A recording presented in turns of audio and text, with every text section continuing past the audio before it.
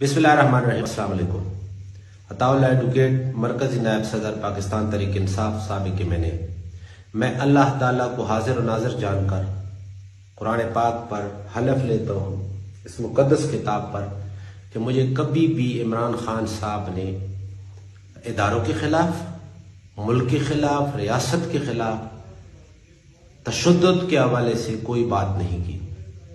मैंने कभी महसूस भी नहीं किया कि इमरान खान साहब खुदा न खास्ता इदारों के खिलाफ या मुल्क के खिलाफ किसी भी किस्म की ऐसी नीयत रखते हैं कि उनके साथ महाजराई हो।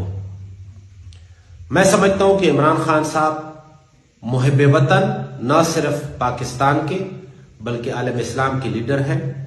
वो पाकिस्तान की आवाम के लिए और दुनिया में मुसलमानों के लिए अपना किरदार अदा करना चाहते थे।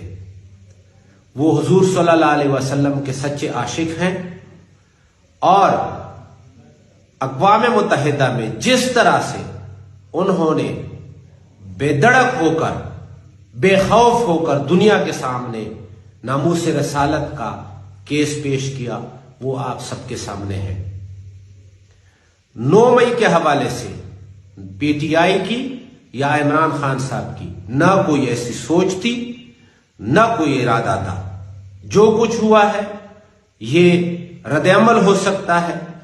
लोग जज्बात में थे, शायद उस वजह से हुआ हो, लेकिन इसकी कभी मैंने किसी से सुना भी नहीं है कि इस तरह की कोई प्लानिंग हुई हो। हम इमरान खान साहब के साथ जिंदगी की आखिरी सांस तक खड़े हैं और इंशाल्लाह खड़े रहेंगे।